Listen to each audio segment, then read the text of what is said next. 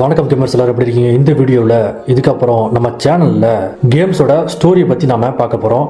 Weekly one டேல நம்ம ஏதாவது ஒரு கேமோட ஸ்டோரியை எடுத்து அதோட டாப்பிக்கை வச்சு அதோடைய ஃபுல் ஸ்டோரியையும் நம்ம பார்க்க போகிறோம். அதை தொடர்ந்து எல்லாருக்கும் பிடிச்ச, எல்லாருமே தவிர்க்க முடியாமல் ஆசையோட விளையாடக்கூடிய ரொம்பவும் அடிக்டிவான ஒரு கேமை பற்றி தான் இன்றைக்கி நாம் இந்த வீடியோவில் பார்க்க போகிறோம். அந்த கேமோட கதை எந்த அளவுக்கு சுவாரஸ்யமாக இருக்குது அப்படின்னு சொல்லிட்டு நான் சொல்லி தெரிய வேண்டிய அவசியமே இல்லை. அந்த அளவுக்கு சேல்ஸ் பிச்சுக்கிட்டு போன ஒரு கேமை பற்றி தான் நாம் இன்றைக்கி இந்த வீடியோவில் பார்க்க போகிறோம். Uncharted 4 The Thief's End பற்றி தான் பார்க்க போகிறோம். நேத்தனுடைய ஃபைனல் கேம் இது. ஸோ Uncharted 5 வரும்னு சொல்லியிருக்காங்க. அதை வந்து நம்ம இன்னொரு வீடியோவில் தெளிவாக பார்க்கலாம். இப்போ Uncharted 4ஓட கதையை பார்ப்போம். இந்த Uncharted கேம் தான் கிராஃபிக்ஸ்லையும் சரி ஆக்சுவல்லையும் சரி ஒரு பர்ஃபெக்டாக வந்த ஒரு கேம்னு நம்ம சொல்லலாம். ஸோ ரெண்டு கேம் நம்ம சொல்லலாம். Uncharted 4 சொல்லலாம், Thief's End சொல்லலாம். பட் இந்த கேமோட டியூரேஷன் கொஞ்சம் அதிகம் Uncharted லாஸ்ட் லெக்ஸியை கம்பேர் பண்ணுறப்போ. சரி, வாங்க இந்த கேமோட கதைக்குள்ளே போகலாம். பர்சனலாக இந்த கேம் எனக்கு ரொம்பவே பிடிக்கும். ஏன்னா அந்த அளவுக்கு ஒரு சூப்பரான கேம் தான் இது. சரி, வாங்க கேமோட கதைக்குள்ளே போயிடலாம். கேம் எங்கேருந்து ஸ்டார்ட் ஆகுதுன்னு பார்த்தீங்கன்னா, நம்ம ஹீரோ நேத்தன் ட்ரேக்கும் அவனுடைய அண்ணன் சேமும் நடுக்கடல்ல கப்பலில் போயிட்டு இருக்காங்க. பயங்கர புயல் அங்கே வீசிக்கிட்டு இருக்கு. அஜோ என்னடா பண்றது, அந்த நிலைமையில தான் ரெண்டு பேருமே வந்து போயிட்டு இருக்காங்க. அப்படி அவங்க போயிட்டு இருக்கிறப்போ அவங்கள நிறைய எனிமிஸ்லாம் வந்து துரத்திக்கிட்டே வராங்க. சேசிங் சீன் அந்த அளவுக்கு அங்கே நடந்துகிட்டு இருக்கு. பட் கேம் புதுசாக விளையாடுறவங்களுக்கு அங்கே என்னடா நடக்குது, ஏன்டா இவங்களை துரத்துறாங்க, என்ன நடக்க போகுது அப்படின்னு சொல்லிட்டு சுத்தமாகவே தெரியாது. ஸோ அப்படி அவங்க போய்கிட்டே இருக்கும்போது ஷூட்டிங்லாம் பயங்கரமாக நடந்துகிட்டு இருக்கும். அப்போ ஏதோ ஒரு கட்டத்தில் நேத்தன் வந்து கீழே தண்ணியில் விழுந்துருவான், கடலுக்குள்ளே விழுந்துருவான். அப்படி விழுந்ததுக்கப்புறம் அவன் திரும்பவும் கப்பல் மேலே ஏறி வந்து அவங்க ரைடை வந்து ஸ்டார்ட் பண்ணி போயிட்டு இருப்பாங்க. அப்போ யாருமே எதிர்பார்க்காத நேரத்தில் ஒரு பெரிய கப்பல் வந்து நேத்தன் சேமோட கப்பலை இடிச்சு தள்ளிடும். அப்போ நேத்தனும் சேமும் கடலுக்குள்ளே விழுந்ததுக்கு அப்புறம் ஃப்ளாஷ்பேக்கை போடுறாங்க. அந்த ஃப்ளாஷ்பேக்கில் நம்ம நேத்தன் ட்ரேக் பார்த்தீங்கன்னா ரொம்பவும் சின்ன பையனாக இருக்கான். அவன் எங்கே இருக்கான்னு பார்த்தீங்கன்னா ஒரு ஹோமில், அனாதை இல்லத்தில் அவன் இருக்கான். அந்த ஹோமில் நம்ம நன் மூவியில் வர மாதிரியே ஒரு சூப்பரான நன் ஒருத்தவங்க இருக்காங்க. பட் நார்மல் நன் தான், கோஸ்ட் நன் கிடையாது. பட் ரொம்பவும் டெரிஃபையான நன்னு நினைக்கிறேன். அவங்க நேத்தன் ட்ரேக் என்ன சொல்கிறாங்கன்னு பார்த்தீங்கன்னா, அவன் ரொம்பவும் வந்து ஒரு அட்ராசிட்டிக்கு எடுக்கிற பையன் போல. அதனால அந்த நன் என்ன சொல்கிறாங்கன்னா, நீ இதே மாதிரி தொடர்ந்து சண்டை போட்டுட்டே இருந்தீங்கன்னாப்பா உன்னை யாரும் பார்த்துக்க மாட்டாங்க, இதுக்கப்புறம் நீ தான் பார்த்துக்கணும் அப்படின்னு சொல்லி ரொம்பவும் நேத்தனுக்கு அட்வைஸ்லாம் அந்த ஒரு நன் பண்ணிக்கிட்டே இருக்காங்க. அப்படி அவங்க பேசிக்கிட்டே இருக்கும்போது நேத்தன் போய் எட்டி பார்க்குறான். தூரத்தில் இருந்து யாரோ ஒருத்தவங்க சிக்னல் கொடுக்குறாங்க. அந்த சிக்னல் யார் கொடுக்குறான்னு பார்த்தீங்கன்னா நேத்தனுடைய அண்ணன் சேம் தான் கொடுத்துக்கிட்டு இருக்கான். அப்போ நேத்தனும் தன்னுடைய அண்ணன் தான் வந்திருக்கான் அப்படின்னு தெரிஞ்சுக்கிட்டு உடனே அவனுடைய அண்ணனை மீட் பண்ணுற ஆவலா அங்கே போய் நிற்கிறான். அப்போ சேமும் நேத்தனும் பேசிக்கிட்டு இருக்காங்க. இது மாதிரி நேத்தனுடைய கன்னத்தில் அடிபட்டு இருக்கிறத பார்த்துட்டு அவனோட அண்ணன் சேம் வந்து நீ ஏன் ரொம்ப சண்டை போட்டுட்டே இருக்கியா அப்படின்னு சொல்லிட்டு அவன் கேட்குறான். அதுக்கு நேத்தன் வந்து என்ன சொல்றான்னா, இல்ல அவன் நம்ம அம்மாவை பற்றி தப்பா பேசுறான், அதனால தான் நான் அடிச்சேன், நீ மட்டும் என்ன சும்மா இருப்பியா, நம்ம அம்மாவை பற்றி தப்பா பேசுறான் அதனாலதான். உடனே நம்ம ரெண்டு பேரும் ஒரு அம்மா தான்டா, ஏன்டா இப்படி பிரிச்சு பேசிக்கிட்டு இருக்க அப்படின்னு சொல்லி பேசினதுக்கு அப்புறம் நம்மளுடைய அம்மா வந்து இறந்து போயிட்டாங்க, இந்த மாதிரி நாம சண்டை போடுறது வந்து ரொம்பவும் தப்பான ஒரு விஷயம் அப்படின்னு பேசிக்கிறாங்க. உடனே நேத்தன் என்ன சொல்றான்னா, நீ இந்த மாதிரி சண்டை போட்டதுனாலதான் உன்னை ஹோம்ல இருந்து அடிச்சு வெளில துரத்து விட்டுருக்காங்க அப்படின்னு நேத்தன் சொல்றான். உன்னை நன் பார்த்தாங்க அப்படின்னா பெரிய பிரச்சனை ஆயிரும் அப்படின்னு நேத்தன் சொல்றான்.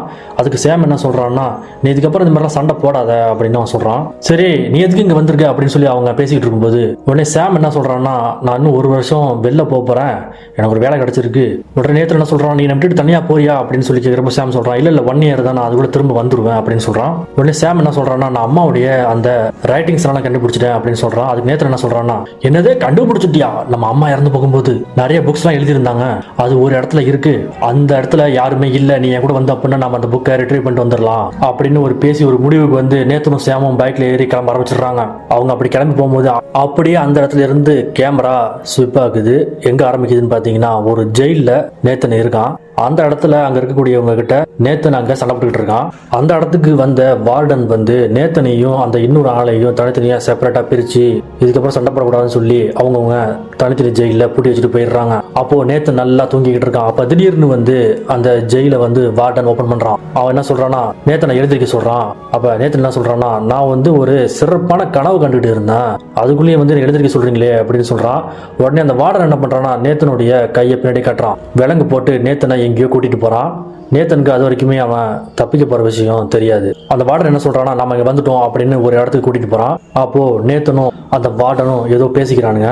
அப்போ அந்த வார்டன் வந்து நேத்தன் கிட்ட எதையோ கேட்கறான், எனக்கு அது வேணும்னு கேட்கறான். அது அங்க இருக்கு, அதை நீ கொண்டு வரணும்னு சொல்றான். நான் அதை கொண்டு வரணும்னா நீ இந்த விலங்கை அவுக்கணுமே, நீ அவுத்தாதான் நான் போய் எடுத்துட்டு வர முடியும் அப்படின்னு நேத்தன் சொல்றான். சரின்னு வார்டனும் என்ன பண்றான், நேத்தன் கையில இருக்கக்கூடிய அந்த விலங்கை கழட்டி வர்றான். ஒரு வழியா நேத்தனும் அப்படி இப்படி தாவி குதிச்சு பறந்து போய் அந்த மெயின் ஏரியாவை ரீச் பண்றான். அந்த இடத்துல ஒரு சில பசில்ஸ்லாம் இருக்கு. அதை அவன் சால்வ் பண்ணதுக்கப்புறம் அவனுக்கான அந்த க்ளூ கிடைக்குது. ஒரு சிலுவையில் ஒரு மனிதரை கட்டி வச்ச மாதிரியான ஒரு ஆர்டிஃபேக்ட் வந்து அவனுக்கு கிடைக்குது நேத்தனுக்கு. அந்த ஆர்டிஃபேக்ட் பின்னாடி என்ன எழுதிருக்குன்னா டிக்னாஃபேக்டிக்ஸ் ரெசிபிமஸ் அப்படின்னு சொல்லிட்டு ஒரு லெட்டர் எழுதியிருக்கு. அந்த ஆர்டிஃபேக்டை நேத்தன் அவன் பாக்கெட் பின்பக்கம் வச்சுக்கிட்டு அந்த இடத்த விட்டு அவன் புறப்படுறான். அந்த இடத்த விட்டு அவன் போனதுக்கு அப்புறம் வார்டன்ட்ட போறான். வார்டன் வந்து அங்க என்ன இருந்ததுன்னு கேட்கறான். அதுக்கு நேத்தன் என்ன சொல்றான்னா, நாங்க ஒண்ணுமே இல்லை, அந்த இடத்துல ஒண்ணுமே பார்க்கல, அந்த இடம் எம்டியா தான் இருந்துச்சு அப்படின்னு சொல்றான். அவங்க அப்படியே பேசிட்டு இருக்கிறப்போ பேச்சுவார்த்தை முடிஞ்சதுக்கு அப்புறம் நேத்தனை திரும்பவும் அந்த வார்டன் பின்பக்கம் கட்டி ஜெயிலுக்கு உள்ள அழைச்சிட்டு போயிடுறான். அதுக்கப்புறம் ஜெயில் ஹாலுக்கு எல்லாருமே வந்துடுறாங்க. நேத்தனுடைய விலங்கை அவுத்துனதுக்கு அப்புறம் நீ இன்னொரு வாட்டி சண்டை போட்ட அப்படின்னா உனக்கு கிடைக்கக்கூடிய பனிஷ்மெண்ட் ரொம்ப பயங்கரமா இருக்கும் அப்படின்னு அந்த வார்டர் வந்து நேத்தன் எச்சரிக்கை பண்ணிட்டு அவங்க இருந்து கிளம்பிட்டான். அதுக்கப்புறம் கேமரா சேம் பக்கம் திரும்புது. சேம் அங்க வந்து சீட்டு கட்டுலாம் விளையாண்டுட்டு இருக்கான். அப்படியே லைட்டா வந்து சிகரெட் பத்த வச்சுட்டு நேத்தன் கிட்ட பேசிக்கிட்டு இருக்கான். நேத்தன் அங்க பார்த்த விஷயங்கள் எல்லாத்தையுமே வந்து சேம் கிட்ட சொல்லிட்டு இருக்கான். அப்ப சேமும் நேத்தனும் பேசிக்கிட்டு இருக்கிறப்போ நாம ரேஃபை கண்டுபிடிக்கணும் அப்படிங்கிற மாதிரி அவங்க பேசிக்கிறாங்க. அதுக்கு நேத்தன் என்ன சொல்றான்னா, இல்ல வேணாம், ரேஃபை கூப்பிட வேண்டாம், இதை நாம செஞ்சோம், நான் செஞ்சேன் அப்படின்னு சொல்றான். நீனும் நானும் மட்டும்தான். அவங்க அப்படியே பேசிக்கிட்டே இருக்கிறப்போ அந்த ரேஃப் அப்படிங்கிறவனும் அந்த இடத்துக்கு வந்துடுறான். ஏதாவது பிரச்சனையா அப்படிங்கிற மாதிரி பேசுறாங்க 3 பேருமே. அதுக்கப்புறம் நேத்தனும் அந்த விஷயத்த ரேஃப் கிட்டையும் சொல்லிடுறான். அதுக்கப்புறம் 3 பேருமே இன்னும் ஒரு தனியான யாருமே இல்லாத இடத்துல பேசிக்கிட்டு இருக்காங்க. அப்ப நேத்தன் கிட்ட இருக்கக்கூடிய அந்த சிலுவையை எடுத்து ரேஃப் கிட்ட காட்டுறான். பட் வந்து நேத்தனுக்கு அந்த சிலுவையை ரேஃப் கிட்ட கொடுக்கறதுக்கு சுத்தமா விருப்பமே இல்லை. பட் இருந்தாலும் அது ஏதாவது ஒரு க்ளூ கிடைச்சாலும் கிடைக்கலான்னு சொல்லிட்டு தான் அவன்கிட்ட கொடுக்குறான் நேத்தன். அப்ப அந்த கூட இருக்கக்கூடிய ரேஃப் என்ன சொல்றான்னா, இதுல என்ன ஜீசஸ் என்ன பண்ணிட்டு இருக்காருன்னு சொல்றான். அப்ப நேத்தன் என்ன சொல்றான், இதுல ஜீசஸ் கிடையாது, இது வந்து ஒரு அவர் தான் செயின்ட் டிஸ்மஸ் அப்படின்னு நேத்தன் சொல்றான். உடனே அந்த ரேஃப் சொல்றான், ஓ அப்படியா, சரி ஓகே, எனக்கு ஒரு தெரியலன்னு கூட நம்ம வச்சுக்கலாம், நீங்க என்னதான் சொல்ல வரீங்க அப்படின்னு ரேஃப் அவங்கள்ட்ட கேட்கிறப்போ அப்ப சேம் அந்த சிலுவையை பார்த்துட்டு இல்ல இது வந்து ஜீசஸ் கிடையாது, ஜீசஸை சிலுவையில் அறையிறப்போ 2 திருடர்களையும் ஜீசஸ்க்கு பக்கத்துல அரைஞ்சாங்க. அதுல ஒருத்தவன் வந்து ஜீசஸை கிண்டல் பண்ணிட்டு இருந்தான், இன்னொருத்தவன் வந்து அவனுடைய தண்டனையை மகிழ்ச்சியோட ஏற்றுக்கிட்டான். அந்த மகிழ்ச்சியோட ஏற்றுக்கிட்டவன் தான் இப்போ அவன் கையில் இருக்கக்கூடிய இந்த சிலுவையில் இருக்கிறாரு. அதுக்கப்புறம் ஜீசஸ் இவனை மட்டும் சொர்க்கத்துக்கு அழைச்சிட்டு போனதா சொல்கிறாங்க. அதுக்கப்புறம் அவங்களுக்கு ஒரு க்ளூ கிடைக்குது. ஸ்காட்லாண்டில் ஏதோ ஒரு புதையல் இருக்குது அப்படிங்கிறது, ஏதோ ஒரு க்ளூ கூட அங்கே இருக்கலாம் அப்படின்ட்டு சாம் சொல்கிறான். பட் இவங்க எல்லாருமே ஏவரி அப்படிங்கிற ஒருத்தருடைய புதையலை தேடி தான் போயிட்டு இருக்காங்க. பட் ஏவரியோட கடைசி இடம் அதுவாக கூட இருக்கலாம், அந்த இடத்துல தான் அவருடைய புதையலும் இருக்கலாம் அப்படின்னு சொல்லிட்டு அவங்க ஒரு டிசிஷனுக்கு வராங்க. இது வரைக்குமே 3 பேரும் ஒத்துமையாக தான் இருக்காங்க. இது கண்டிப்பாக ஒரு தற்செயலாக நடந்திருக்கிறதுக்கான வாய்ப்பே இல்லை அப்படின்னு எல்லாம் பேசிக்கிறாங்க.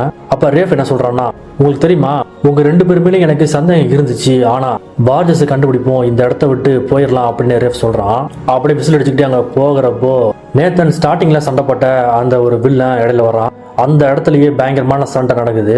அந்த இடத்துல சண்டை நடந்ததுக்கு அப்புறம் சடனா வார்டன் உள்ள வரான். வார்டன் உள்ள வந்ததுக்கு அப்புறம் எல்லாரையும் பிடிக்கிறான். பிடிச்சதுக்கு அப்புறம் நேத்தன் பின்னாடி ஒளிச்சு வச்சிருந்த அந்த சிலுவையை பார்த்துடுறான். பார்த்ததுக்கு அப்புறம் நீ என்கிட்ட போய் சொல்லியிருக்க, அந்த இடத்துல இருந்து நீ இதை எடுத்துட்டு வந்திருக்க அப்படின்ட்டு அவன் பயங்கர காண்டாகிறான். வார்டன், நீ என்ன முட்டாளா நினைச்சுக்கிட்டு இருக்கியா அப்படின்னு சொல்லி அவன் கேட்கறான். அப்படியே அவங்க பேசிட்டு இருக்கிறப்போ அந்த வார்டன் வந்து நேத்தனுடைய நெத்திக்கு நேராக துப்பாக்கி எடுத்து காட்டுறான். அப்போ அவங்க 4 பேருமே ஒரு பேச்சுவார்த்தைக்கு வராங்க.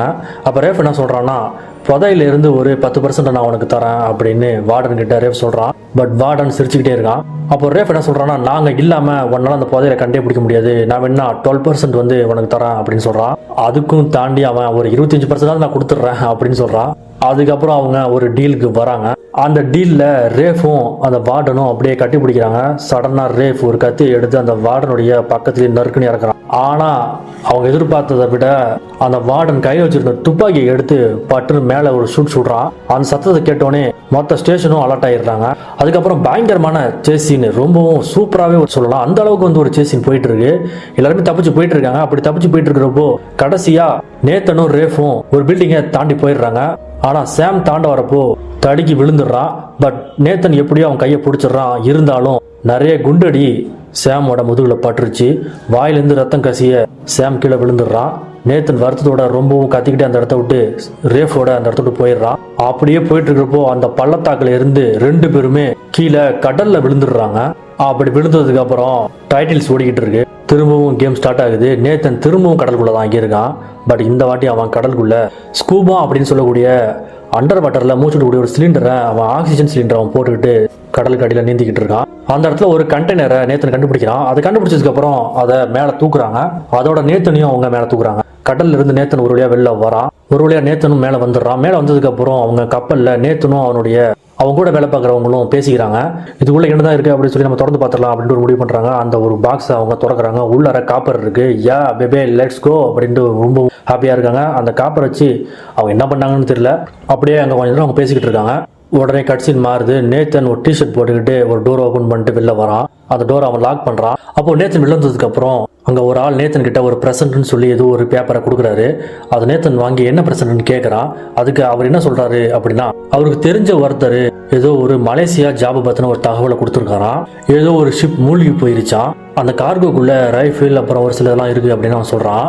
அதுக்கு நேத்தன் வந்து இது எனக்கு இல்லை, இது நீயே வச்சுக்க அப்படின்னு சொல்லி அவன்கிட்டே கொடுக்குறான். அதுக்கு அந்த ஆள் நேத்தன் கிட்ட என்ன சொல்றான்னா, அந்த எக்யூப்மெண்ட் வந்து நமக்கு நிறையவே பணம் வரும் அப்படின்னு சொல்றான். நம்ம எல்லாமே செட்டில் ஆயிடலாம் அப்படிங்கிற மாதிரி அவன் சொல்றான். அது மட்டும் இல்லாமல் என்னுடைய சிறப்பான ஆள் நேத்தன் நீனும் தான் செட்டில் ஆயிடலாம் அப்படின்னு அவன் சொல்றான்.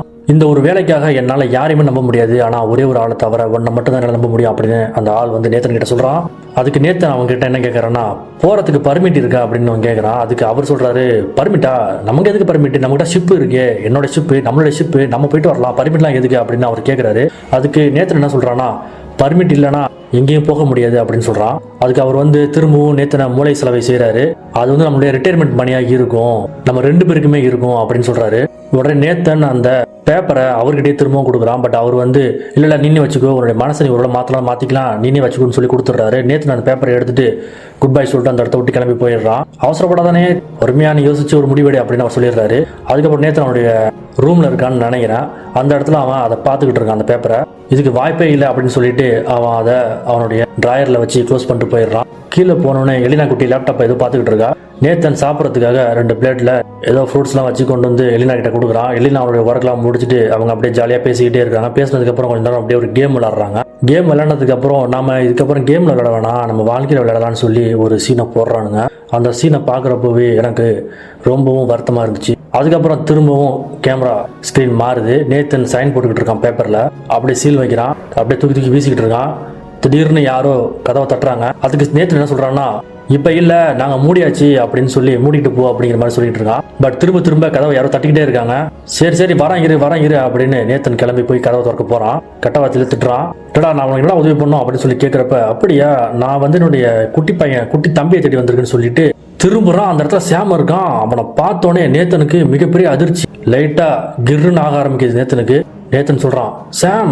அப்ப சாம் சொல்றான், உன்னை பார்க்க திரும்ப மகிழ்ச்சியா இருக்கு தம்பி அப்படின்னு சொல்றான். உடனே அட கடவுளின்னு சொல்லி 2 பேருமே கட்டி பிடிச்சிக்கிறாங்க. ஒன்றும் பிரச்சனை இல்லை, நான் வந்துட்டு நான் உயிரோட தான் இருக்கேன் அப்படின்னு சொல்லி சாம் சொல்றான்.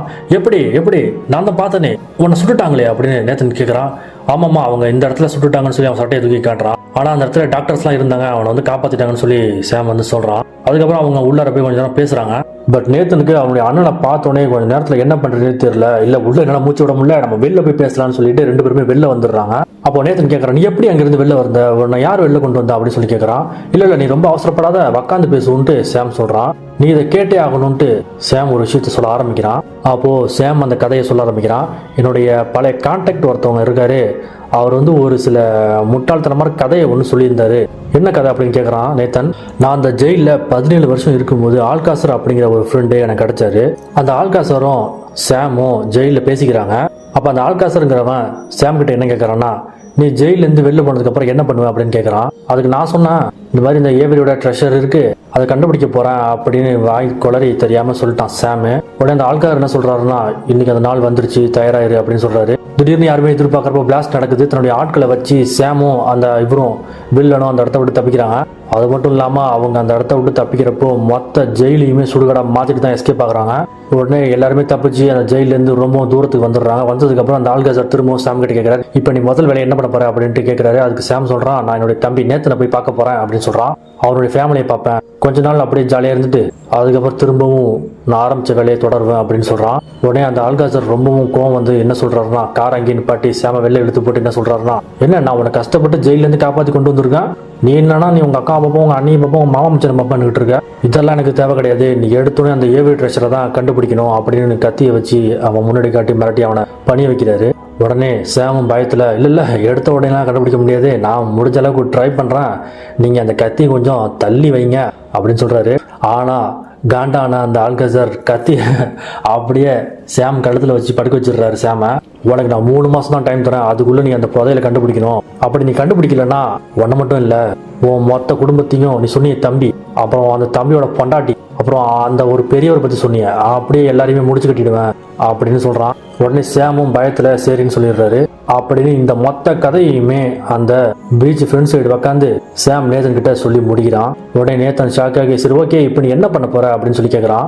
உடனே நம்ம சாம் என்ன சொல்றாருன்னா இல்லை எனக்கு ஒரு வழியே கிடையாது, இதில் ஏன் உயிர் மட்டும் இல்லை உங்கள் உயிரும் கடந்திருக்கு, நம்ம எப்படியாவது அந்த புதையில கண்டுபிடிச்சாலும் நாமும் செட்டில் ஆகிடலாம், அப்படியே அவன்ட்டையும் பாதியை கொடுத்துடலாம் அப்படின்ட்டு சொல்லி அவங்க பேசிக்கிறாங்க. உடனே நம்ம நேத்தன் என்ன சொல்றான்னா நான் உடனே அன்னைக்கு விட்டுட்டு வந்தேன் பார்த்தியா, அதுக்கப்புறம் ரேஃப் வந்து சொன்னா அந்த செயின்ட் டெனிஸ் இடத்துல நாங்கள் ஃபுல்லாகவே சர்ச் பண்ணி பார்த்தாச்சு, ஒரு க்ளூ கூட கிடைக்கவே இல்லை, அந்த இடம் ஒரு முட்டு சந்து, அந்த இடத்துல எந்த ஒரு க்ளூவுமே நமக்கு கிடைக்கல அப்படின்னு அவன் சாம் கிட்ட சொல்கிறான். பட் உடனே சாம் வந்து ஒரு விஷயத்த நேதன் கிட்ட சொல்கிறான். இல்லை நீங்கள் தேடி போனீங்க, பட் ஒரு விஷயம் உங்ககிட்ட இல்லை, என்கிட்ட தான் இருக்கு அப்படின்னு சொல்லி பாக்கெட்லேருந்து ஒரு சீட்டை எடுத்து நேதன் கிட்ட கொடுக்குறான். அதாவது அந்த சிலுவை மாதிரியே இல்லாமல் ஏகப்பட்ட சிலுவைகளை அவங்க செஞ்சுருக்காங்க. இன்னொரு சிலுவை வந்து பகாஷனா அப்படிங்கிற இடத்துல ஏலத்துக்கு வரப்போகுது அப்படின்ட்டு ஒரு விஷயம் அவங்களுக்கு தெரிய வருது. அந்த ஒரு சிலுவையை நம்ம ஆட்டையை போட்டோம் அப்படின்னா இன்னொரு க்ளூ நமக்கு கிடைச்சிடும் அப்படின்ட்டு அவங்க முடிவு பண்ணுறாங்க. உடனே நேத்தன் என்ன சொல்கிறான், இல்லை நோ சான்ஸ், அதுதான் வாய்ப்பே இல்லை அப்படின்னு சொல்கிறான். இப்போ நான் வந்து திருந்திட்டேன், குடும்பஸ்தனாக மாறிட்டேன் அப்படின்னு சொல்கிறான். என்னோட வாழ்க்கை இப்படியே ரொம்ப அமைதியாக போயிட்டு இருக்கு, இதில் எந்த விதமான அலங்கோலமும் நடக்க நான் விருப்பப்படலை அப்படின்னு சொல்கிறான். அதுக்கு சாம் என்ன சொல்கிறான்னா நேத்தன் இதில் என்னோட உயிரே அடங்கியிருக்கு, நீ நான் அப்படியே விட்டுட்டு போறியா அப்படின்னு சொல்லி கேட்குறான். தன்னுடைய அண்ணன் ரொம்பவும் உருகி வலிஞ்சு கேட்கறத பார்த்த நேத்தன் சரி வேற வழி இல்லாமல் ஓகே சொல்கிறான். உடனே ஃபோன் பண்ணி எலினா கிட்ட வெளிநாட்டில் ஒரு வேலை கிடச்சிருக்கு, அதை நான் போய் பண்ணிட்டு வந்துடுறேன்னு சொல்லிட்டு சாம் கூட நேத்தன் கிளம்பி போகிறான். அவங்க 2 பேரும் கிளம்பி போகிறது மட்டும் இல்லாமல் நம்ம சல்லி சித்தப்பாவையும் கூட துணைக்கி கூப்பிட்டுக்கிறாங்க. அந்த இடத்துல ஒரு மிகப்பெரிய ராயல் எஸ்டேட் இருக்கு, அந்த இடத்துக்குள்ளார தான் அந்த ஒரு ஏலம் நடக்குது. அந்த சிலுவை தான் அந்த ஏலத்தோட முக்கிய ஐட்டமே. ஒரு வழியாக சாமும் நேத்தனும் கோட் ஷூட்லாம் போட்டுக்கிட்டு உள்ளார போய் பார்க்குறாங்க.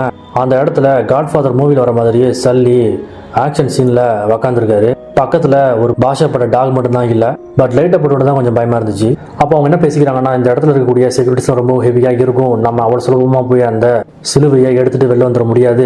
இந்த இடத்துல ஸ்டோரேஜ் ரூமில் ஒரு எலக்ட்ரிக் போர்டு இருக்குது, அந்த இடத்துல நம்ம கட் பண்ணிட்டோம் அப்படின்னா ஒரு 5 மினிட்ஸ் வந்து பவர் கட் இருக்கும், அதுக்குள்ளே நாம் அந்த சிலுவையை எடுத்துகிட்டு எஸ் ஆயிடணும் அப்படின்ட்டு ஒரு முடிவு பண்ணுறாங்க. உடனே நேத்தனும் ஓகே கரண்ட்டை கட் பண்ணுற வேலை தானே, அதை சிறப்பாக பண்ணணுன்ட்டு ஒரு முடிவு பண்ணி அங்கேருந்து கிளம்புறான். உடனே சாம் என்ன சொல்கிறான்னா நான் ஒரு வெயிட்டராக இருந்து அந்த கீயை ஆட்டைப்பட போகிறேன் அப்படின்னு சொல்லிட்டு போகிறான். அப்போ சல்லி சொல்கிறாரு நான் அங்கே இருக்கவங்க மேலே ஒரு கண் வச்சுக்கிறேன், ஏதாவது தப்பாக நடக்கிற மாதிரி இருந்துச்சுன்னா நான் அவங்க உடனே கான்டாக்ட் பண்ணி சொல்கிறேன் அப்படின்னு சொல்கிறான். அப்போது அந்த இடத்துல சல்லி எதர்ச்சியாக நந்தினி அப்படிங்கிற ஒரு பொம்பளையை மீட் பண்ணுறாரு. இந்த நந்தினி அப்படிங்கிற யாருன்னு பார்த்தீங்கன்னா ஒரு மிகப்பெரிய ஆர்மியோடைய கேப்டனுடைய பொண்ணு. அவங்க அப்பா இறந்ததுக்கு அப்புறம் இவ தான் அந்த ஆர்மியை மெயின்டைன் பண்ணிக்கிட்டு இருக்கா. இந்த நந்தினி அப்படிங்கிற யாருன்னு பார்த்தீங்கன்னா அண்டர் கிரவுண்ட் சதர்லைன் அப்படிங்கிற ஒரு ஆர்மியோடைய தலைவியாக இருக்காவ. அப்படியே 2 பேரும் சர்ப்ரைஸ் அப்படின்னு சொல்லி பேசிக்கிட்டே இருக்கிறப்போ திடீர்னு யாருமே எதிர்பார்க்காத விதமாக அந்த இடத்துக்கு ரேஃப் வரான். அடேங்கப்பா 17 வருஷத்துக்கு அப்புறம் உங்களை மீட் பண்ணுறேன், ரொம்ப வயசாயிருச்சு உங்களுக்கு, சல்லி எப்படி இருக்கீங்க அப்படின்னு சொல்லி அவங்க பேசிக்கிட்டு இருக்காங்க. நீ எப்படி வந்த, எப்போ வந்த அப்படின்னு சொல்லி கேட்குறாங்க. அப்போ சல்லி என்ன சொல்கிறான்னா நானும் இந்த சிலுவைக்காக தான் வந்திருக்கேன், ஏலத்துக்கு தான் வந்திருக்கேன் அப்படின்னு சொன்னோன்னே ரேஃபுக்கு ரொம்பவும் கோவம் வந்தது. ரேஃப் என்ன சொல்கிறான்னா இந்த சிலுவை மட்டும் எனக்கு கிடைக்கலன்னா எல்லாரையுமே கொண்டுருன்னு சொல்லி ரொம்பவும் மோசமாக ரொம்பவும் கோவமாக பேசுகிறான். ஸோ இந்த மாதிரி அவங்க பேசிட்டு இருக்கிறப்போ சிலுவை ஏலத்துக்கும் வருது. ஸோ அதே டைமில் தான் நேத்தன் மேலே அந்த ஸ்டோரேஜ் ரூமில் இருக்கக்கூடிய எலக்ட்ரிக் போர்டை கட் பண்ணி பவர் கட்டை ஏற்படுத்தவும் போயிருந்துருக்கான். அதே சமயத்தில் கீழே சல்லி ரேஃப் வந்ததை நினச்சி ரொம்பவும் பயத்தில் இருக்கான். இன்னொரு பக்கம் சாம் சர்வெண்ட்டாகவும் அங்கே சுற்றிக்கிட்டு இருக்கான். சாம் வந்து அவனோட வேலையை ஒரு பக்கம் பண்ணிக்கிட்டே இருக்கிறப்போ நேத்தன் பவர் கட் பண்ண டைம் எடுத்துக்கிறான். அப்படிங்கிறதுனால இன்னும் கொஞ்சம் நேரம் இந்த ஏலத்தை இழுத்து அடிக்கணும் அப்படிங்கிறதுக்காக ரேஃபும் சல்லியும் மாற்றி ஏலம் கேட்டுக்கிட்டே இருக்காங்க. ஆனால் எப்படியோ சாம் அவன் நினச்ச மாதிரியே பவர் கட் பண்ணிட்டு அந்த இருக்கக்கூடிய சிலுவையை எடுத்துட்டு 3 பேருமே அந்த இடத்த எஸ்கேப் ஆயிடுறாங்க. மிகப்பெரிய பெல்ப்பு ரேஃபுக்கு கிடச்சிது இந்த இடத்துல. ஒரு வழியாக 3 பேருமே சாம் சல்லி நேத்தன் 3 பேருமே அவங்களுடைய ரூமுக்கு போயிட்டு அந்த சிலுவையை உடச்சி அதுக்குள்ளே பார்த்தா அது உள்ளார ஒரு துண்டுச்சீட்டு இருக்கு. அந்த துண்டுச்சீட்டில் தான் ஒரு மிகப்பெரிய புதையலுக்கான க்ளூவே அடங்கியிருக்கு. அதில் என்ன இருக்குன்னா நம்ம சயின்டிஸ்டுடைய கல்லறைக்கு அது வழிகாட்டுது. பட் இந்த விஷயம் தெரியாமல் ரேஃப் வந்து அந்த கல்லறைக்கு பதிலாக அந்த கோவிலை போயிட்டு சர்ச் பண்ணிட்டு இருந்திருக்கான். அதனால தான் 17 வருஷமாக சர்ச் பண்ணியும் நேத்தனுக்கும் ரேஃபுக்கும் எதுவுமே கிடைக்கல. அதுக்கப்புறம் சாமும் நேத்தனும் அந்த கல்லறையை போய் ரீச் பண்ணுறாங்க. அப்படி அங்கே போனதுக்கப்புறம் அங்கே ஒரு சண்டை நடக்குது. சண்டையை முடிச்சதுக்கப்புறம் அந்த கல்லறை ஓப்பன் பண்ணி பார்க்குறாங்க. அதுக்குள்ளே வந்து பார்த்தீங்கன்னா ஒரு பாதாள சுரங்கம் ஒன்று போயிட்டு இருக்கு. அந்த பாதாளத்துக்குள்ளே எக்கச்சக்கமான பசில்ஸ்லாம் இருக்குது. அதை சால்வ் பண்ணதுக்கப்புறம் அவங்களுக்கு நிறைய க்ளூ கிடைக்குதுங்க.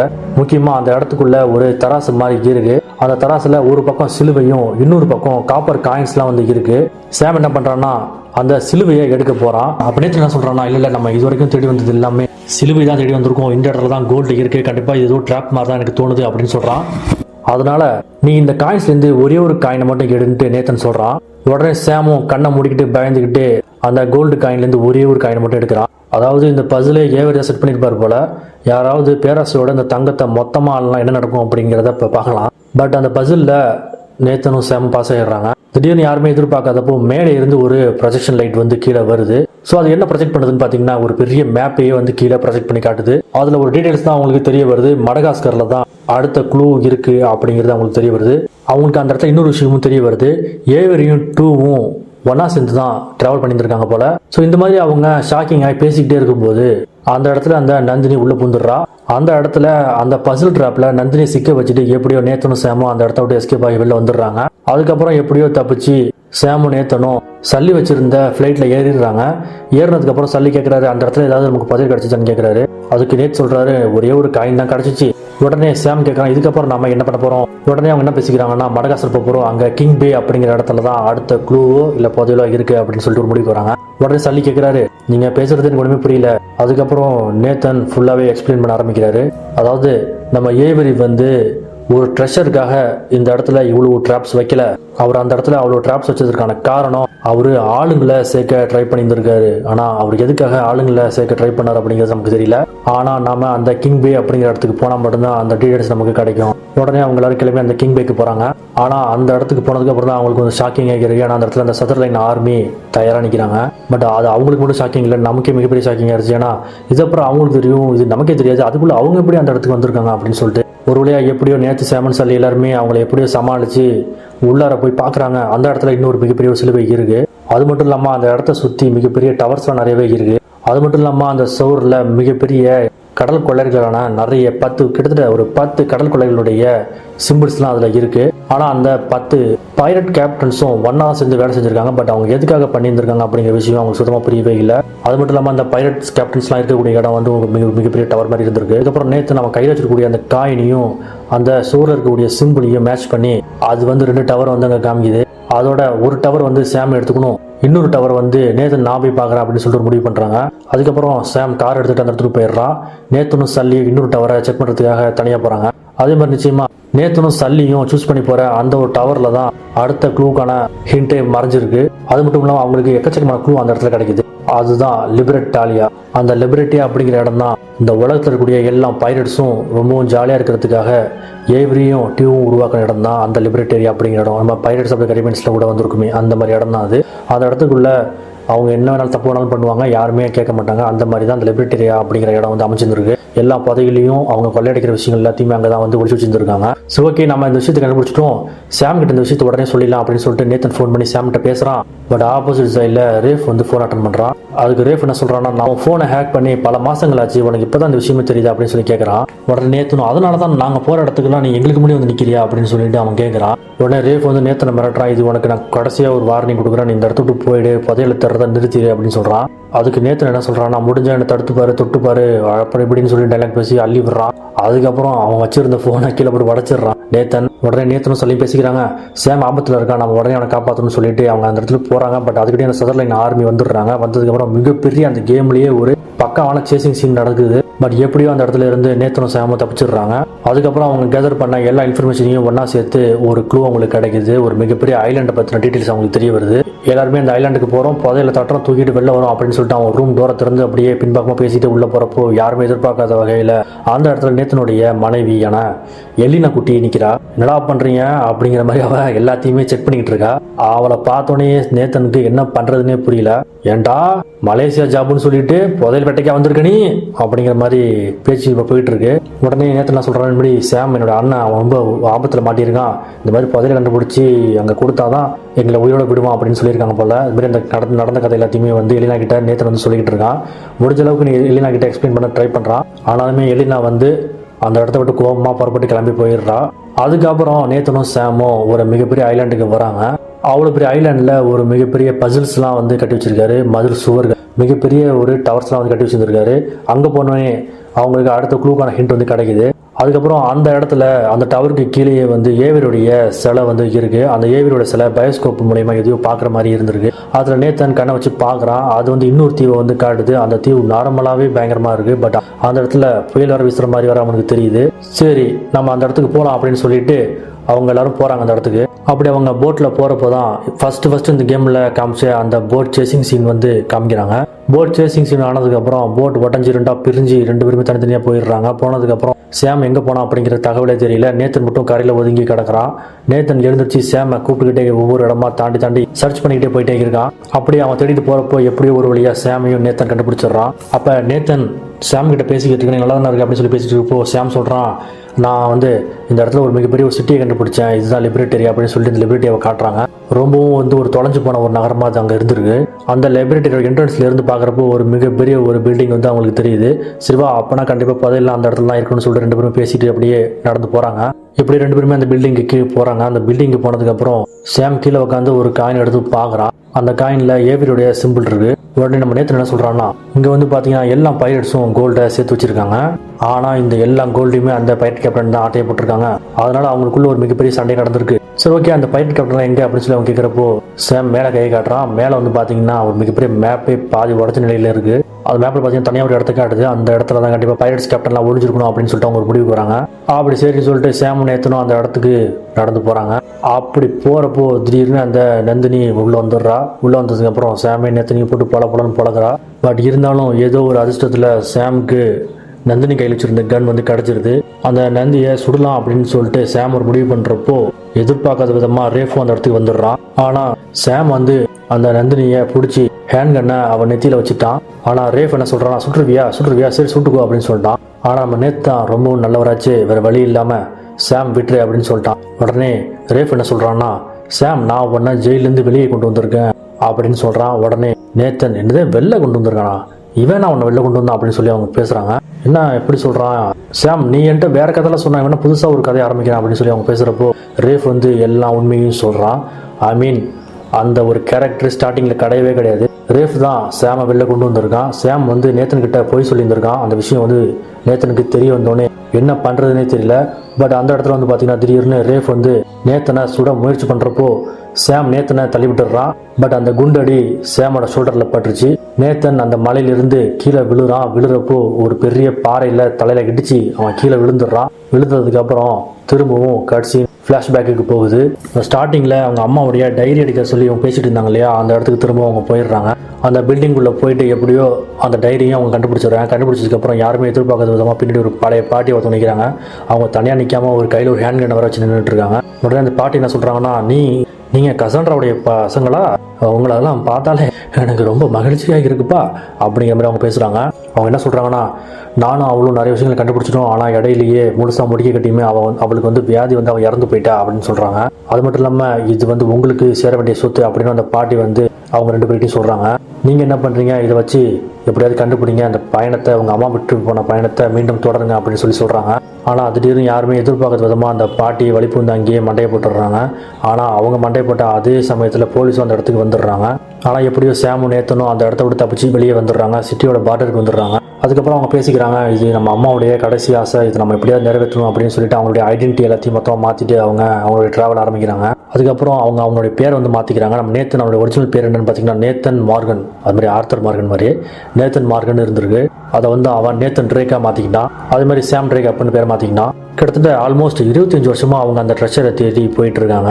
அதுக்கப்புறம் திரும்பவும் நேத்தன் கண்ணை முடிச்சு பார்க்குறான். அந்த மலை அடிவாரத்தில் தண்ணிலாம் ஓடிக்கிட்டு இருக்கு. அங்கே கீழே கிடக்குறான். பக்கத்தில் க்யூட்டான எலினா பனின் போட்டு உட்காந்துருக்கா. ஆனால் எலினா அந்த இடத்துக்கு எப்படி வந்தான்னு சொல்லிட்டு யாருக்குமே தெரியல. சரி ஓகே, எலினா இப்போ சொல்கிறா, சரி ஓகே நமக்கு அந்த ட்ரெஷர் தேவையில்லை, நம்ம ஏமாற்றப்பட்டிருக்கோம், அதுக்காக நம்ம எப்படியாவது உங்கள் நொண்ணனை காப்பாற்றிட்டு இந்த இடத்துல எஸ்கேப் ஆயிடலாம் அப்படின்ட்டு ஒரு முடிவு பண்ணுறாங்க. நம்ம நேத்தனும் சரி ஓகே நம்ம சேம் அப்படியே காப்பாற்றிட்டு இந்த இடத்துக்கு போயிடலாம் அப்படின்னு சொல்கிறாங்க. அந்த மேப்பில் முதல்ல காமிச்ச அந்த இடத்துக்கே திரும்பவும் போகிறாங்க அவங்க. ஆனால் அந்த இடத்துக்கு முதல்லையே சாமும் ரேஃபும் அந்த இடத்துல இருக்காங்க. கண்டிப்பாக இந்த பில்டிங்குள்ளே தான் சாம் இருக்கணும் அப்படின்னு சொல்லிட்டு அந்த ஒரு ரூம் இருந்துச்சு. அந்த ரூமை திறந்து பார்க்குறான் நேத்தன். திறந்து பார்த்ததுக்கப்புறம் உள்ள ஒரு மிகப்பெரிய டைனிங் ஹால் இருக்குது. அந்த டைனிங் ஹாலில் பைரட்ஸ் கேப்டன் எல்லாமே டெட் ஆகி இருக்காங்க. அப்போ நேத்தனுக்கு ஒரு விஷயம் தெரிய வருது, இவங்க எல்லாருமே விஷத்தை சாப்பிட்டு இறந்து போயிருக்காங்க அப்படின்னு சொல்லிட்டு. அப்போது ஐவரியும் டியூவும் அந்த இடத்த விட்டு தப்பிச்சுருக்காங்க. ஆனால் எதுக்காக இவங்க எல்லாரும் விஷம் வச்சு கொண்டாங்க அப்படிங்கிற விஷயம் அவங்களுக்கு சுத்தமாக புரியவே இல்லை. அப்போ தான் டீட்டெயில்ஸ் தெரிய வருது. ஏவரியும் டியூவும் தான் பாய்சன் வச்சு இந்த மற்ற பைரட் கேப்டன்ஸ் எல்லாத்தையுமே கொண்டுட்டு இந்த இடத்துக்கு போயிருந்திருக்காங்க அப்படிங்கிற விஷயம். அந்த மற்ற கோல்டையுமே ஆட்டையை போட்டு அவங்க செட்டிலாக பார்த்துருந்துருக்காங்க. அது மட்டும் இல்லாமல் அந்த மொத்த தங்கத்தையுமே வந்து பேக்கிங் பண்ணி ஷிப்லையும் ஏற்றி இருந்திருக்காங்க. அது மட்டும் இல்லாமல் அவங்க கூட இருந்த ஆளுங்களையே அவன் கொன்று ஒரு ட்ராப் மாதிரி செட் பண்ணி வச்சுட்டே போயிருந்திருக்காங்க அந்த சுரங்கப்பாதைக்குள்ளே. அதுக்கப்புறம் ஒரு மிகப்பெரிய சண்டைக்கு அப்புறம் சேமை அவங்க காப்பாற்றிட்டு அந்த இடத்துக்கு போய் பார்க்குறாங்க. அந்த இடத்துல எல்லா பைரட் ஷிப்பும் உடஞ்சி போய் கிடக்கு. அப்போ நம்ம சேம் சொல்கிறான், இந்த ஷிப் எல்லாத்தையுமே உடச்சி போட்டுட்டு ஏவரியும் 2வும் இந்த இடத்துலேருந்து தப்பிச்சு போயிருந்திருக்கானுங்க அப்படின்னு சொல்லிட்டு, ஏன்னா யாருமே பின்தொடரக்கூடாது அப்படிங்கிற ஒரு முடிவு எடுத்து தான் அவங்க இந்த இடத்த விட்டு தப்பிச்சு போயிருக்காங்க அப்படின்னு சொல்லிட்டு பேசிக்கிறாங்க. சரி நம்ம கீழே போகலாம் அப்படின்னு சொல்லிட்டு எல்லாருமே நேத்தன், சாம், சல்லி, எலினால்னு சொல்லிட்டு எல்லாருமே போயிட்டு இருக்காங்க. அப்படி போகிறப்போ இடையில ஒரு மிகப்பெரிய பாலம் வருது. அந்த இடத்துல சேமும் மற்ற குரூப்பும் தனித்தனியாக பிரிஞ்சு போயிடுறாங்க. நேத்தன் எவ்வளோ சொல்லி சேம் வந்து ரிட்டர்ன் போகவே இல்லை. அவன் திரும்பவும் அந்த புதையல் தேடியே போயிட்டான். அதுக்கப்புறம் திரும்பவும் ஒரு இடம் வந்து வருது. அந்த இடத்துல எலினா, நேத்தன், சல்லி 3 பேர் இருக்காங்க. அந்த இடத்துல வந்து பார்த்தீங்கன்னா நேத்தன் தனியாக பிரிக்கப்படுறான். அப்போ எலினா சொல்கிறான், நீ போகாதான்னு சொல்கிறான். அப்போ வந்து நீங்கள் போட்டுக்கிட்ட போங்க, நான் எப்படியா அவனை காப்பாற்றிட்டு வந்துடுறேன்னு சொல்கிறான். நேத்தன் அந்த இடத்த விட்டு அவன் அண்ணனை தேடி அந்த இடத்த விட்டு போயிட்டே இருக்கான். ஒரு வழியாக நேத்தன் அந்த இடத்துக்குள்ளே போய் பார்க்குறான். அந்த இடத்துக்குள்ள வந்து பார்த்தீங்கன்னா நந்தினியும் ரேஃபும் பேசிக்கிட்டு இருக்காங்க. அப்போ அவங்க என்ன பேசிக்கிறாங்கன்னா, இந்த இடத்துல ஏற்கனவே நிறைய ட்ராப்ஸ்லாம் இருக்கிற ஆளுங்களை வச்சு இருக்கக்கூடிய பதில மட்டும் எடுத்துகிட்டு இந்த இடத்துல போய் எஸ்கேப் ஆகிடலாம், இல்லைனா ஒன்றுமே கிடைக்காது. ஏன்னா அந்த இடத்துல அந்த ஐவரி நிறைய ட்ராப்ஸும் செட் பண்ணியிருக்காங்க அப்படின்னு சொல்லி அவங்க பேசிக்கிட்டே இருக்காங்க. ஆனால் நம்ம ரேஃப்க்கு வந்து புதையல் எல்லாத்தையுமே எடுத்துகிட்டு போகணும் அப்படிங்கிற ஆசைனால நந்தினிட்டு என்ன சொல்கிறான்னா, அதெல்லாம் நீ சொல்லக்கூட, அதெல்லாம் நீ ஏன் சொல்கிறா அப்படின்னு சொல்லி அவன் கேட்குறான்.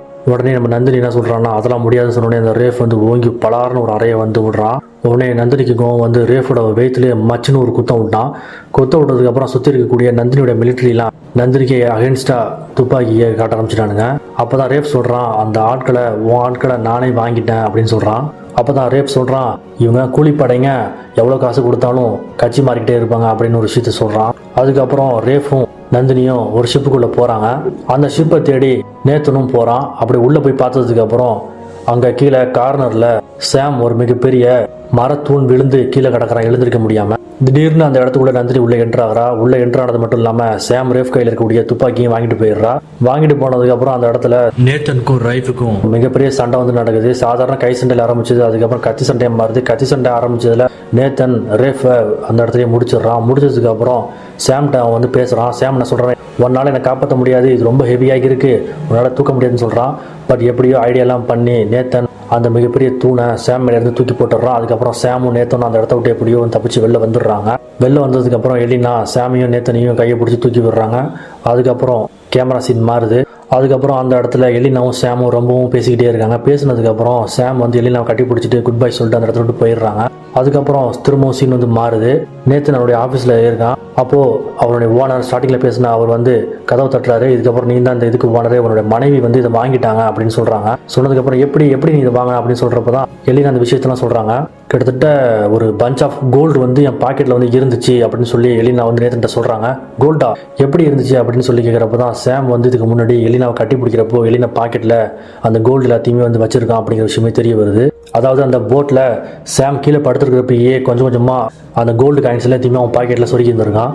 சொருகின கோல்டில் பாதி கோல்டை எலினா பாக்கெட்டில் போட்டு போயிட்டான். அதுதான் டீட்டெயில்ஸாக தெரிய வருது நமக்கு இப்போ. அதுக்கப்புறம் ரொம்பவும் சந்தோஷமாக அவங்களுடைய வாழ்க்கையை அவங்க வந்து வாழ்ந்துக்கிட்டு இருக்காங்க. அதுக்கப்புறம் அந்த ஸ்டோரி வந்து முடியுது. அன்சார்ட்டட் 4 அந்த ஸ்டோரி அப்படியே முடியுதாங்க.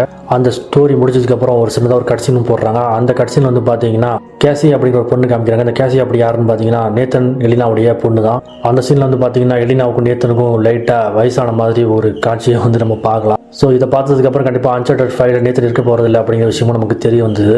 ஆனால் அந்த கேசி அப்படிங்கிற பொண்ணு என்ன பண்ணுறான்னா நேத்தனுடைய ப்ரைவேட் ரூமுக்கு போய் அங்கே வச்சுருந்த எல்லா புதையிலையுமே வந்து எடுத்து பார்த்துடுறா. பார்த்ததுக்கப்புறம் தான் அவளுக்கு ஒரு உண்மை வந்து தெரிய வருது. நம்ம அம்மாவும் அப்பாவும் ஒரு புதையல் வேட்டைக்காரங்க அப்படிங்கிறது. அன்சார்ட்டட் 1, 2, 3, 4 நடந்த எல்லா விஷயங்களையுமே அந்த பொண்ணு பார்த்து தெரிஞ்சுக்கிறா. அதுக்கப்புறம் நம்ம எல்லாம் சிரிச்சுக்கிட்டே வந்து பார்க்குறாங்க. அப்பாவும் பொண்ணு எவ்வளோ மகிழ்ச்சியாக பேசிக்கிட்டு போகிறாங்க அப்படிங்கிற மாதிரி பார்க்குறாங்க. அப்படியே அந்த கேம் வந்து முடியுது. ரொம்பவும் வந்து ஒரு பெஸ்ட் கேம். ரீப்ளே பண்ணுறதுக்கு ஒரு சூப்பரான ஒரு கேம் நம்ம சொல்லலாம். ஸ்கில்லாம் டெவலப் பண்ணுங்கிற ஆப்ஷன்லாம் கிடையாது, லெவல் ஏற்றணுங்கிறதுலாம் கிடையாது. ஜஸ்ட்டு கேம் தான், ஆரம்பித்தா முடிச்சிட வேண்டியதான். அவ்வளோ ஒரு சூப்பரான ஒரு கேம். கண்டிப்பாக எல்லாருமே வந்து ட்ரை பண்ண வேண்டிய ஒரு கேம்லாம் நம்ம வந்து அன்சார்ட்டட் 4 சொல்லலாம். நீங்கள் இந்த கேம் விளையாடிருக்கீங்களா? நம்ம சேனல் கூடிய அன்சார்ட்டட் 4 நீங்கள் பார்த்துருக்கீங்களா அப்படிங்கிறத கேட்கக்கூடிய கமெண்ட் பாக்ஸில் சொல்லுங்கள். நாளைக்கு நம்ம இதே மாதிரி வேறு ஒரு கேமை வந்து ரிவ்யூ பண்ணலாம். ஓகே, தேங்க்ஸ் ஃபார் வாட்சிங். Have a nice day.